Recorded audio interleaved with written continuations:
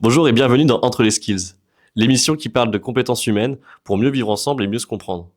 Aujourd'hui, on va parler d'une compétence que tout le monde pense maîtriser, l'écoute active. Mais est-ce que entendre, c'est écouter? Est-ce que écouter, c'est comprendre? Tant de questions qu'on va essayer de répondre aujourd'hui avec mes deux invités. Je vais vous proposer pour commencer déjà de faire un petit tour de table, vous présenter rapidement qui vous êtes et de répondre rapidement à la question, est-ce que vous considérez comme quelqu'un qui est à l'écoute? Mathieu, moi je suis consultant chez Exia depuis quelques années déjà et je travaille dans le monde du développement. Voilà. Est-ce que je suis à l'écoute? J'ai envie de dire oui. Voilà. Ok. Et pour ma part, Sam, donc je suis arrivé chez Extia il y a un peu plus d'un an et demi. Du coup, je suis social media manager, donc c'est tout ce qui est la partie communication pour Extia.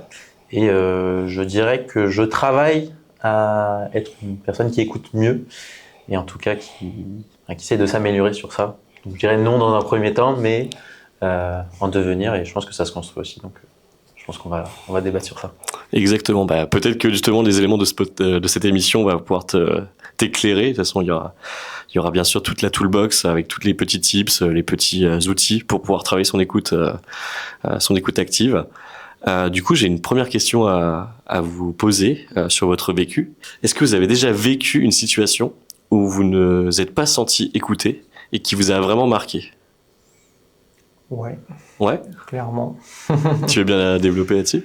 Oui, c'était dans une autre entreprise et je devais travailler sur un certain projet pendant un certain temps et une fois le temps écoulé, on m'a laissé en plan sur la mission. Et du coup, j'avais beau remonter que j'avais des soucis, etc. Personne ne voulait prendre les choses en main, entre guillemets. Donc oui, là, c'était clairement une période où j'avais l'impression de ne pas être écouté et où rien n'avançait, quoi. Qu'est-ce qui t'a manqué du coup pour que ce soit pris en compte? C'est parce que tu disais que tu répétais plusieurs fois que tu avais besoin de charge, que tu avais besoin d'avancer sur des choses, ou ou tout simplement ils faisaient semblant d'écouter et en fait ils laissaient traîner la chose. Je pense un peu les deux, mais surtout qu'ils faisaient traîner la chose parce que ça pouvait les arranger que je reste sur la mission en question. Et, euh, et oui, ça se passe mal quand il n'y a pas d'écoute voilà. Et qu'est-ce que tu as ressenti au fond de toi? C'est une forme d'abandon, une forme de... Oui, il y a une forme d'abandon, comme tu dis, c'est presque de la trahison. On fait quelque chose, on s'engage pour certaines choses comme une durée, et derrière, ça ne marche pas, quoi.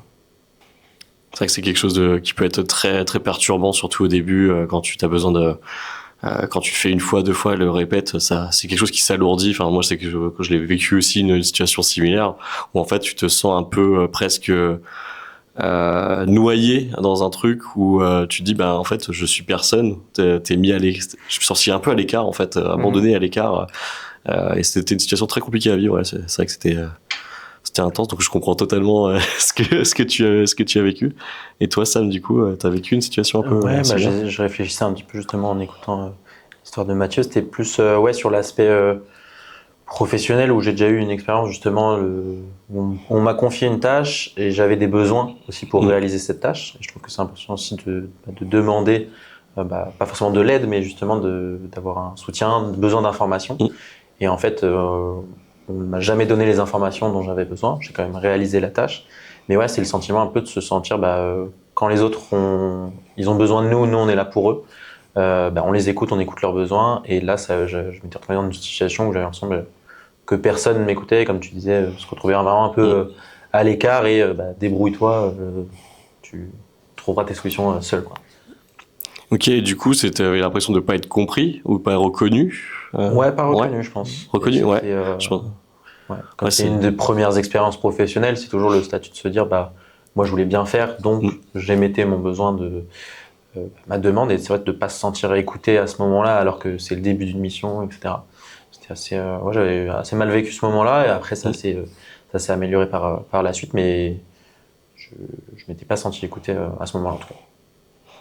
Ouais, ben ça revient un peu à aux recherches de Carl Rogers, un psychologue humaniste qui a écrit un livre qui s'appelle A Becoming Person dans les années 60. Donc ils avaient déjà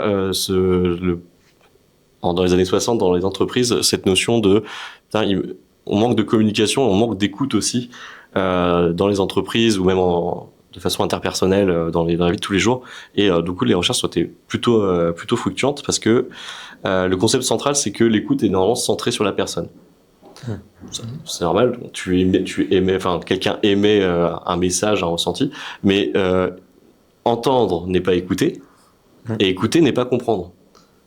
Et quand on a cette notion-là de dire, ah oui, il y a quand même 3 étapes, on a 3 mots pour dire, pour parler de l'écoute en général, mais c'est vrai qu'ils n'ont pas la même signification. On peut entendre quelqu'un, on peut entendre un bruit, on peut écouter de façon active, comme on va essayer d'en parler aujourd'hui, et surtout comprendre, c'est-à-dire entre ce que la personne a dit, a pensé dans sa tête, comment il l'a verbalisé et comment nous on le reçoit, alors avec nos vies, notre éducation, notre expérience de vie, ça peut avoir une toute autre signification. Et pour lui, en gros, l'écoute, ça permet, la vraie écoute, c'est clarifier une pensée. Donc on a besoin de comprendre complètement ce que la personne nous partage. Mais c'est aussi mieux se comprendre. Si tu écoutes et que tu sais ce que la personne ressent, peut-être que tu vas pouvoir avoir de l'empathie pour cette personne et comprendre peut-être que ta réalité n'est pas la sienne et vice versa. Et troisième point, se sentir reconnu. C'est un peu le sentiment qu'on a partagé tout à l'heure, un manque de reconnaissance. On s'est senti abandonné sur ces situations-là qu'on a partagées.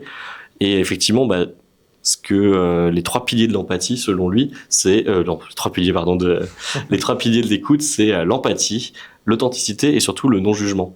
Donc c'est-à-dire qu'on on est censé avoir une posture un peu neutre où on va faire reformuler la personne, peu importe l'interlocuteur, ouais. Et justement avoir ce recul-là de dire ok, la personne va me partager quelque chose, ça peut avoir de l'importance pour elle, etc. On ne sait pas exactement comment la personne vit les choses. Donc, posture de non-jugement, empathie et surtout authenticité. Ce côté honnêteté, ce côté vrai aussi, c'est sa réalité. Et pas faire des gestes brusques ou papillonner à droite à gauche et essayer d'être focus sur la personne et rester authentique. Mais c'est aussi une forme un petit peu d'adaptabilité, finalement. C'est ça. Et comme tu disais, comme c'est un système d'ego, je pense que justement se mettre aussi à la place de la personne et comprendre sa pensée et du coup écouter vraiment ce qu'elle nous dit, je pense que c'est là le plus important pour après ensuite apporter les bonnes réponses, les bonnes solutions et les bonnes réponses tout simplement pour avancer ensemble, quoi. Exactement. Puis en plus là tu parles de solutions, mais des fois la personne elle a peut-être juste besoin d'être écoutée, être entendue et comprise, et elle cherche pas forcément de solution derrière. Souvent il y a cette posture là de se dire la personne me partage un truc, je dois réagir. Peut-être que la personne ne cherche pas du tout une réaction. Elle a juste besoin de vider son sac ou j'ai besoin de dire ça. Prendre un truc. Maintenant, qu'est-ce que t'en penses? Est-ce que je peux te faire reformuler ça parce que j'ai pas compris, etc. Et là, du coup, t'es dans une posture d'écoute active. T'as pris en compte, t'as repris des mots ou des termes la personne a utilisés, et forcément, du coup, c'est beaucoup plus authentique. Et l'échange se fait après derrière. Prochaine question, si ça vous va. Pourquoi, selon vous, on écoute mal? Qu'est-ce qui fait qu'aujourd'hui, dans la société ou même dans nos vies de tous les jours, on écoute mal? C'est une idée, non, mais c'est pour revenir sur quelque chose que tu as dit, c'est le système d'ego. On pense quand même, je pense, il y en a qui vont dire que non, mais dont moi, je trouve que je pense beaucoup aux autres, mais il y a toujours cette partie d'ego où on pense à soi. Et si en fait peut-être ce que la personne nous dit n'a pas d'intérêt pour nous, on va pas chercher à vraiment l'écouter. Et comme tu as dit, ça revient à l'empathie, etc. Se mettre aussi à la place de la personne. Et je pense que les personnes qui écoutent mal aujourd'hui, c'est des personnes qui sont centrées, focus sur elles-mêmes d'abord, dans un premier temps. Et après, tu as cet aspect de vouloir écouter l'autre. Faut que ça vienne de soi aussi. Moi, je dirais que c'est aussi beaucoup de contraintes. Par exemple, je vois souvent des gens qui discutent, qui se parlent. Il y a comme un mur, c'est-à-dire que les gens parlent et les gens en face, la personne ne l'écoute pas. Parce qu'en fait, potentiellement, la personne a déjà dit des choses, ils se sont déjà échangés des informations. Et il y a des informations qui ont été jusqu'au bout, on va dire que le message est passé. Mmh. Et il y a des fois, le message, il veut pas être accepté. Il y a des conflits en fait entre les personnes. Et ça peut amener justement un mur qui se crée pour ne pas écouter les gens. Ouais, créer une sorte de protection parce que il y a, comme tu dis, un conflit ou autre, ou tout simplement parce que on n'a pas envie d'entendre ce que la personne nous dit. Voilà, il y a un peu comme un biais de confirmation ou quelque chose comme ça. On est dans notre idée, on veut faire quelque chose d'une certaine manière, et une personne nous dit quelque chose qui est transverse, on l'ignore en fait. Et si la personne répète 2-3 fois l'information et qu'on l'ignore toujours, on retrouve ce sentiment dont on parlait tout à l'heure. Ouais, mais ça correspond justement aux recherches de Stephen Covey, pareil, un Américain, qui a écrit le livre les 7 habitudes des personnes qui sont efficaces. Okay. Et en fait, justement, souvent, dans les recherches, ils se sont rendus compte que quand les gens écoutaient, t'es dans une phase d'écoute, pas forcément active, en fait, les gens sont déjà dans le jugement, ou alors ils parlent. Ils se comparent à la personne et à ce que la personne vit, mais par rapport à leur vécu. Et du coup, en fait, il y a une posture de jugement et de valeur, de principe ou d'éducation qui se fait. Et en fait, ils préparent déjà une réponse. La personne n'a pas terminé totalement, qu'on a déjà la réponse en tête. Et effectivement, du coup, la personne, elle n'est pas en écoute. En fait, elle entend juste une personne faire son discours et autres, mais elle ne le comprend pas parce que du coup, elle est déjà dans cette posture fermée. Donc, ça correspond de près ou de loin un peu ce que tu as dit, mais effectivement c'est hyper intéressant parce que quand on en prend conscience, tu fais un petit rollback sur ta dernière situation où tu as écouté quelqu'un. Est-ce que tu n'as pas eu justement ces questions-là qui ont popé dans ta tête, de dire là elle pense ça, là elle a dit ça, donc peut-être que je dois répondre comme ça pour soit creuser, soit que justement on perd du coup le côté authentique et non jugement. Et du coup, on est plus dans l'écoute et la compréhension, on est plutôt dans entendre ce que la personne nous dit. Je dirais presque dans l'anticipation. Ouais, donc complètement, ouais. Et vous avez des exemples de choses comme ça, là? Ça vous a fait pas une idée ou pas du tout Je sais que j'ai tendance à penser beaucoup. Je suis quelqu'un d'assez pensif. Et du coup, c'est vrai que parfois, j'ai la tendance, d'où le fait que je travaille à mieux écouter aussi, à déjà penser, comme tu disais, pas forcément une réponse, mais la personne me parle d'un sujet et je dirais pas que je calcule, mais je pense déjà à qui je vais devoir contacter, qu'est-ce que je dois faire, mais en même temps je l'assimile pour moi du coup du rôle, de la tâche peut-être qu'on va me donner si c'est par exemple dans le travail, mais du coup je suis déjà dans une anticipation de faire, peut-être de répondre aussi, et du coup je vais pas capter toutes les informations potentiellement de ce qu'on peut demander aussi. Je sais que ça m'arrive, et sur ce sujet-là, j'essaie de travailler justement plus sur écouter et ensuite penser.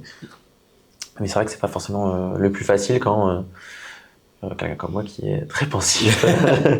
Et du coup, c'est vrai que du coup, des fois, tu peux passer à côté d'informations qui te paraissent toi anodines. Donc du coup, c'est pour ça que j'essaie de travailler sur ça, quoi.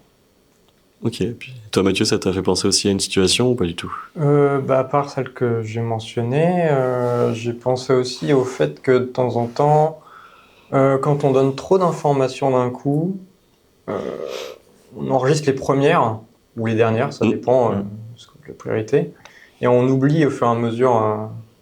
Ça m'a fait penser à ça, mais je sais pas si c'est tout à fait dans le... un peu, ouais, si, je pense que si. Souvent, le cerveau est fait aussi... on a des biais aussi neurologiques. On sait qu'on peut pas être concentré, par exemple, je crois que c'est plus de 42 minutes, je crois, sur un sujet global, mais sur une écoute normalement active où tu es en face à face avec quelqu'un, où tu as un visuel, tu as la personne qui... il y a le verbal, mais aussi le non-verbal.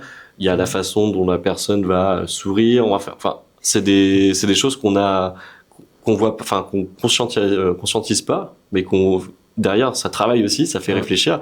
Et un mot, une sonorité, une tonalité jouée sur les silences, forcément, ça a un impact aussi sur le truc. Et souvent, on a tendance à donner trop de rythme, en fait, dans nos phrases. On parle vite, fort. Et du coup, au début, tu assimiles les 3 premiers mots clés que tu as entendus. Et après, ou alors les 3 derniers. Souvent, c'est les 3 premiers et les 3 derniers. Et le milieu... en tout cas, pour mon cas, c'est souvent ça. Donc, je comprends totalement ce que tu as dit. Qu'est-ce qui s'est passé au milieu? Merde. Ah. C'est- Donc mettre des silences et prendre le temps que les gens assimilent l'information. C'est ça. Puis d'où l'importance aussi de peut-être de reformuler aussi. Parce que tu vois, si t'arrives à écoute, j'ai pas compris cette partie-là, tu peux me la reformuler. Moi, j'ai compris ça. Moi, là, t'es dans un truc, t'es dans une Là, t'es démarche dans active. l'écoute. Ouais, Pour moi, c'est plus actif. C'est pour ça que tu as le sens de redemander une information. Je trouve que c'est pas négatif. Au contraire. Parce que ça montre que tu as porté de l'attention aussi à la personne sur ce qu'elle t'a dit. Et que c'est pas que toi, tu l'as pas, tu disais comprendre, etc. C'est pas forcément que tu l'as pas compris, mais c'est que tu veux aussi clarifier cette information Exactement. pour être sûr que les deux personnes soient sur la même longueur d'onde. Et je trouve que c'est important justement de pouvoir réagir dans le sens de poser des questions aussi et montrer que est-ce qu'on s'est compris finalement tous les deux. Après, il y a aussi le côté reformuler avec ses propres mots ce qu'on a compris, pas juste répéter la Ouais, ça question. joue aussi, ouais. Ça permet d'intérioriser, je pense. Complètement. Et je pense que c'est hyper important de le faire aussi parce que un mot n'a pas la même définition d'une personne à une autre. Ouais, par rapport au vécu, par rapport au machin. On n'est pas tous nés avec le même dictionnaire dans la tête. Hein. Ce serait peut-être des fois plus simple, je sais pas, mais c'est ce qui rajoute un peu de beauté aussi à l'humain. Et puis, du coup, ça revient un peu à la question que j'allais vous poser. Est-ce que pour vous, il y a plusieurs niveaux d'écoute? On a déjà parlé un peu, j'ai l'impression qu'on a déjà parlé de différents types d'écoute. Oui, est-ce que pour vous en voyez, si vous pouvez les nommer? Sûr, quand on est en groupe, par exemple, dans une salle quelconque, on est focus sur là où les personnes qui nous écoutent, mais comme il y a du bruit, du brouhaha, on peut pas se concentrer forcément plus facilement. Alors quand on est en vis-à-vis avec une personne directe, en face à face plutôt, en face à face, oui, là on a tous les signaux qui convergent sur nous et limite tout ce qui est à l'extérieur on l'entend plus. Donc ça c'est vraiment concentré à 100% quoi. Ouais. Donc ça ce serait l'écoute focalisée du coup. Focalisée, ouais. Ouais. Après il y a l'écoute. Tu fais ce que tu peux dans un environnement bruyant. Et après, je sais pas, il y en a sans doute d'autres. Je suis d'accord sur l'environnement. Je trouve que ça joue, c'est un impact sur l'intérêt que tu portes à la personne. Alors que c'est vrai que quand tu es dans un lieu calme, que tu as la personne vraiment en face de toi, ou même une discussion où il y a du bruit autour et que tu es que avec la personne, justement, tu oublies un peu ce brouhaha, comme tu disais, justement, qui peut perturber l'écoute et la compréhension aussi après de ce que la personne nous dit. Quoi. Ok, parce que tu vois, j'ai fait des recherches là-dessus. Il n'y a pas vraiment de bonne, il n'y a pas vraiment. On se met pas tous d'accord sur les différents niveaux d'écoute, mais ce qui reviennent le plus, les 3 niveaux d'écoute qui reviennent le plus souvent dans les coachings, dans les articles, dans les livres, etc. C'est du coup l'écoute focalisée. Donc on en a parlé rapidement de qu'est-ce qu'il dit, prendre en compte, se concentrer vraiment sur la personne. Et essayer de s'isoler physiquement ou d'isoler la personne dans sa concentration envers la personne. Il y a aussi l'écoute interne. C'est vrai moi j'ai trouvé ça beau. C'est centré sur soi. Qu'est-ce que ça me fait, ce qu'il me raconte? Est-ce que je suis ok? Non, mais est-ce que je suis en capacité aujourd'hui d'accueillir en fait ce que la personne me partage? Donc l'écoute interne et ensuite du coup l'écoute globale. Et moi au début je pensais que ça a été aussi le fait d'être en collectif, etc. quand j'ai lu ces premiers tomes, et en fait pas du tout. C'est au-delà des mots, c'est aussi les émotions. Du coup on avait parlé du non-verbal tout à l'heure, la posture, etc. Donc, et ça c'est beaucoup plus global et pas focalisé sur juste les mots et je sais pas comment dire, le discours entre guillemets, la sémantique, etc. Là c'est beaucoup plus quelle émotion transparaît. Est-ce qu'elle est gênée? Est-ce qu'elle se touche le bras? Est-ce que les yeux la personne commence à avoir des larmes, etc. Et du coup, ça fait partie de l'écoute, tu vois. Ouais. Mais effectivement, plus tu montes à en faire dans ton niveau d'écoute, donc en fait, tu vas commencer déjà. Qu'est-ce que ça me fait déjà d'écouter? Oui, ok, je suis ok à recevoir ça. Maintenant, je me focalise complètement sur ce qu'il dit, ce que la personne dit, et ensuite, comment la personne le vit aussi de me partager ça et qu'est-ce que ça lui procure? C'est les 3 niveaux d'écoute, donc plus forcément tu rentres dans l'intensité, dans le niveau d'écoute, plus du coup la compréhension globale de ce que la personne partage est facile à assimiler. En tout cas, c'est ce que j'ai retrouvé en tout cas. Et puis même moi, je pense que si je fais un peu la rétrospective de ce que je peux ressentir quand quand on m'écoute et c'est quand la personne m'a pris dans ma globalité ou qui a vu que j'étais hésitant, que j'étais un peu stressé, qui m'a rassuré au contraire sur l'accueil de ces trucs-là. C'est beaucoup plus facile et puis je me suis senti du coup considéré et reconnu. Je crois que... Oh, pardon, vas-y. Parle en même temps. Non, je pensais aussi quand il y a des gens qui sont par exemple sur leur téléphone, ils font deux tâches en même temps. Ça arrive souvent qu'on parle et en fait ils entendent la moitié de ce qu'on dit et parce que l'attention est ailleurs. L'attention est partagée en fait et du coup le switch de contexte fait que les informations peuvent se mélanger. Enfin c'est limite de l'écoute, mais en même temps il y a une partie où la personne écoute, une partie la personne fait autre chose. Ça, je pense, c'est... Ouais, ça peut être vécu comme un manque de considération. Et justement, ça revient à la question que j'allais vous poser. Qu'est-ce que ça change concrètement d'être bien écouté quand la personne est vraiment, comme tu dis, elle pose son téléphone, focus sur toi, enfin pas forcément droit dans les yeux, mais posture face à toi ou au contraire, vraiment focus sur vous. Qu'est-ce que ça fait se sentir écouté? Je dirais qu'on se sent valorisé et même le sentiment de juste se dire je me suis senti écouté. Je trouve que c'est rassurant et c'est aussi un signe de confiance, qu'on peut avoir confiance dans cette personne-là. Et moi, je retrouve ça chez certains de mes proches où je sais que c'est des gens où je peux tout leur dire et justement, ils seront là pour m'écouter. Et je le suis aussi pour certains proches. Et je trouve que c'est cette considération qu'on peut avoir et du coup, ça amène au sentiment de confiance envers cette personne-là et de se dire, tiens, elle m'a écouté, mais elle m'a écouté vraiment. C'est pas juste, j'ai dit une info, c'était en mode, j'ai entendu, ok. C'est plus, elle t'a apporté une réponse ou juste, comme tu disais tout à l'heure, elle t'a écouté. Toi, t'attendais pas forcément de réponse, mais au moins, t'avais une personne, sur qui pouvoir s'appuyer. Et je trouve ça, t'as ce sentiment de confiance qui se crée aussi, du coup, avec cette personne-là. C'est parfait. C'est parfait. Je rajouterais juste peut-être un sentiment d'existence en fait, d'exister en tant que personne, individu. Vous avez cité tous les mots-clés en fait de la partie de cette partie-là. C'est Daniel Goleman qui est un chercheur aussi qui a beaucoup travaillé sur l'intelligence émotionnelle. Et c'est une référence sur plein de sujets, sur la posture de communication, l'écoute active notamment, etc. Et pour lui, effectivement, ça rajoute un sentiment de confiance, de sécurité, mais aussi ça aide à la coopération.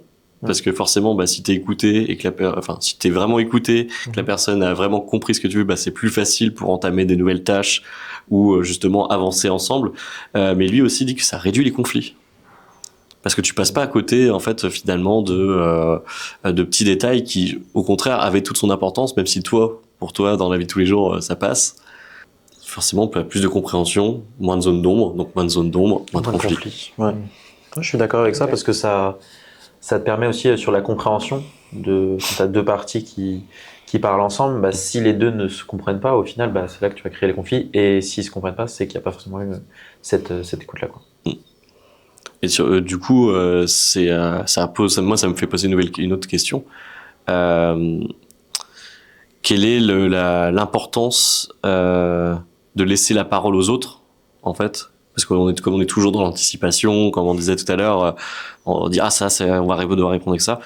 Finalement, quelle est cette importance-là de laisser la parole aux autres, en fait, quand ils nous partagent des éléments? C'est une bonne question. Si je reformule, c'est quoi l'importance que ça peut avoir dans une relation, de se sentir, de se dire, demain je ressens ça ou je vis ça ou j'ai besoin de partager ça. Est-ce que je me sens libre finalement de pouvoir le partager? Est-ce que je me sentirais considéré? Est-ce que pour vous c'est quelque chose d'important dans votre quotidien, au boulot ou en perso? Oui, bien sûr. Après, pour répondre à la question, j'ai envie de dire peut-être que cette écoute active, le fait de laisser l'autre s'exprimer jusqu'au bout avant de se poser de nous-mêmes des réponses, ne pas les anticiper à l'avance, ça permet de laisser part, comme tu disais tout à l'heure, à l'authenticité, c'est-à-dire la spontanéité finalement de s'exprimer au dernier moment quand on a toutes les infos et pas juste ce qu'on a déjà imaginé, c'est-à-dire comme si l'autre était quelqu'un de prévisible. Et je pense que ce côté spontané lié à l'imprévisibilité, le côté surprise, finalement, est important. T'es parfait. Ok. Non, mais je pense que c'est plus ouais, d'avoir le sentiment d'exister en tant que personne, et je trouve que tu as envie de le rendre aussi. Enfin, je pars du principe que c'est un petit peu toujours donnant-donnant, et du coup, tu crées aussi un cercle vertueux à écouter les autres, et les autres se diront, bah, j'ai vu qu'il m'a écouté, je vais l'écouter aussi. Donc je pense que ça se crée, et tu mets aussi un peu plus d'empathie, un peu moins d'ego. Et justement, si tu veux faire avancer, là, je pense par exemple à des projets dans le boulot, s'il n'y a pas une bonne écoute, voilà, tu te retrouves à avoir des conflits et à ne pas avoir les bonnes informations parce que tu n'as pas forcément tout écouté une fois. Du coup, tu vas transmettre aussi des informations à une personne qui va peut-être pas les comprendre de la même manière. Donc, et là, tu te retrouves dans des situations où justement, il y a des points bloquants et tu te ressens pas écouté si ça vient d'une autre personne. Et à l'inverse, la personne avec qui t'as échangé, elle ressent pas que toi tu l'as écouté, tu crées aussi une sorte de conflit. Donc, ouais, je pense que c'est laisser la parole aux autres, c'est aussi se laisser enfin, comme j'ai dit, cercle un petit peu vertueux, de se laisser la parole et de savoir se sentir écouté. Ouais, je suis totalement d'accord. Mais du coup, qu'est-ce qui peut casser une bonne écoute en fait? Quels sont les pièges en fait auxquels on tombe souvent? On en a déjà parlé un petit peu, hein, mais penser à la place de l'autre, interrompre. Qu'est-ce qui vous vient à l'esprit en autre piège possible? Par les deux que tu viens de citer, ouais, effectivement. Ouais. Et l'attention, je pense aussi, qu'on porte à ce que la personne nous dit. Oui. Tu vois, si quelqu'un fait quelque chose à côté. Oui, ça aussi. Ouais. Donc être distrait par autre chose à côté, ouais. Prioriser autre chose que écouter la personne qui nous parle. Ou justement, comme tu as eu tout à l'heure, ce côté, ah tiens, ça m'a généré une idée et paf, ça délègue un peu le... Ouais, c'est vrai que du coup, oui, effectivement. Ouais. Ouais, j'ai pas été dans l'écoute active. Vous pouvez mettre en commentaire des fois où vous avez pas été du tout en écoute active alors que c'était important. Un changement de light. Un petit changement de light, c'est les aléas des tournages.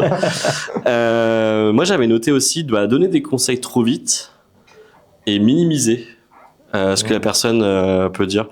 Soit en ramenant à soi, ou alors en disant la fameuse phrase c'est pas si grave, ça va passer. Des petites réflexions un peu comme ça, toutes faites, un peu bateau parce qu'on sait pas comment réagir à une situation. Truc qu'on a tous entendu, notre père, ou un ami qui était un peu pato qui est sur la conversation. Mais oui, effectivement, ouais, je pense que ça fait partie des pièges à éviter. Ouais. Et du coup, maintenant qu'on a les pièges, quels sont pour vous les petites choses qui créent l'écoute active? Je dirais c'est vraiment se focus sur la personne et comme tu disais, comme on a dit là vraiment ces derniers instants finalement, ne pas structurer une réponse toute faite avant que la personne finisse de parler, c'est de comprendre la situation que la personne vit, donc encore le côté empathie dont on a parlé aussi déjà, pour vraiment intérioriser et ça peut être perturbant parce que ça nous fait sortir un peu de nous-mêmes, quoi. On doit écouter l'autre jusqu'au bout et c'est ça qui fait la surprise, quoi. On va générer automatiquement une réponse en fonction de tous ces stimuli qu'on a reçus et sans anticiper, ouais. Donc moins d'anticipation, on évite les stimuli externes. Ouais. Et d'avoir son attention, comme tu l'as dit, en vrai, pleinement sur la personne pour après aussi apporter des bonnes forcément de bonnes réponses, mais apporter les réponses et aussi du coup avoir créer aussi le sentiment que la personne s'est sentie écoutée aussi. Je pense que ça doit jouer pour avoir une bonne écoute. Avoir une validation du coup émotionnelle de la personne ou de ce qu'elle peut dire. Donc je comprends ce que tu dis, je comprends ce que tu ressens, j'ai entendu ton message, enfin j'ai écouté ton message, voilà. Moi j'avais aussi, du coup on avait parlé de la reformulation, mais c'est vrai qu'on n'a pas parlé des questions ouvertes qu'on peut poser aussi, ne pas juste dire avoir des questions pour avoir un oui/non, laisser justement la porte ouverte pour que la personne soit reformule, mais au contraire développe peut-être un peu plus ce sentiment-là, ou ce mot, ou ce terme, ou cette expression-là, ou cette métaphore, pour mieux comprendre. Et en gros, avec tout ça, finalement, on se rend compte que c'est pas être passif devant quelqu'un, C'est vraiment du coup d'être proactif, une forme d'engagement entre guillemets envers la personne émotionnelle et de concentration pour pouvoir être à la fois vraiment à l'écoute, mais d'être présent en fait. C'est ce sentiment de présence pour pouvoir être reconnu et avoir de l'empathie et de l'authenticité. Et vous, pour vous, est-ce que c'est naturel ou est-ce c'est quelque chose qu'on doit apprendre au fur et à mesure? Je pense que ça s'apprend. Ça s'apprend. Comme je disais à titre personnel sur le fait où j'essaye de travailler ça justement je le dis surtout dans le travail parce que après je pense qu'avec nos proches on agit aussi différemment. Je pense qu'on peut être plus facilement dans une écoute active avec nos proches et je trouve que dans le travail c'est important de le faire pour justement mener des projets à bien de manière générale, mais du coup juste de créer aussi ce sentiment de confiance les uns envers les autres pour justement avancer sur toutes les missions qu'on va avoir ensemble à plusieurs. Donc je trouve que quand même ça se travaille. Ouais, je suis d'accord. C'est pas quelque chose. Enfin, peut-être une part innée, je sais pas. Mais en tout cas, ça s'éduque. On s'auto-éduque, on s'auto-forme dessus avec nos expériences et le monde du travail aussi qui nous fait obliger d'écouter. Bon super. On arrive déjà à la fin de l'émission. Si on devait conclure en résumé, donc l'écoute active, c'est quoi? C'est avoir une posture d'empathie, focalisée sur la personne, non jugeante et surtout authentique. On évite du coup d'interrompre, on a dit de posture de non-jugement, c'est-à-dire aussi de se comparer, de rapporter à soi ou de minimiser en fait les différents éléments qui ont été exposés, ne pas faire des phrases toutes faites ou autres, et finalement créer de la reformulation, de l'interaction ensuite si la personne le souhaite, pour clarifier, pour valider émotionnellement ou valider ce que la personne dit ou ressent à l'instant T, donc pour créer un sentiment de sécurité, de bienveillance et surtout de j'ai perdu mon mot, mais de confiance. Et de confiance, ouais, exactement. Je pense qu'on est tous d'accord sur ça, et que finalement, oui, c'est pas forcément quelque chose d'inné, c'est quelque chose qui s'acculture, qu'on doit prendre le temps de faire, et justement prendre le temps. Peut-être dans le contexte d'entreprise, c'est peut-être plus compliqué, mais il faut vraiment essayer de prendre ce temps-là, parce qu'on sait le prendre dans le perso, mais peut-être le faire plus en entreprise et créer des situations justement où on se met en écoute active avec les personnes. Merci beaucoup à vous deux pour vos témoignages et pour ces échanges, c'était hyper intéressant. Merci à toi. Merci beaucoup. Si cet épisode vous a plu, n'hésitez pas à partager la vidéo autour de vous et continuez à suivre nos aventures des communautés via le site web ou via YouTube.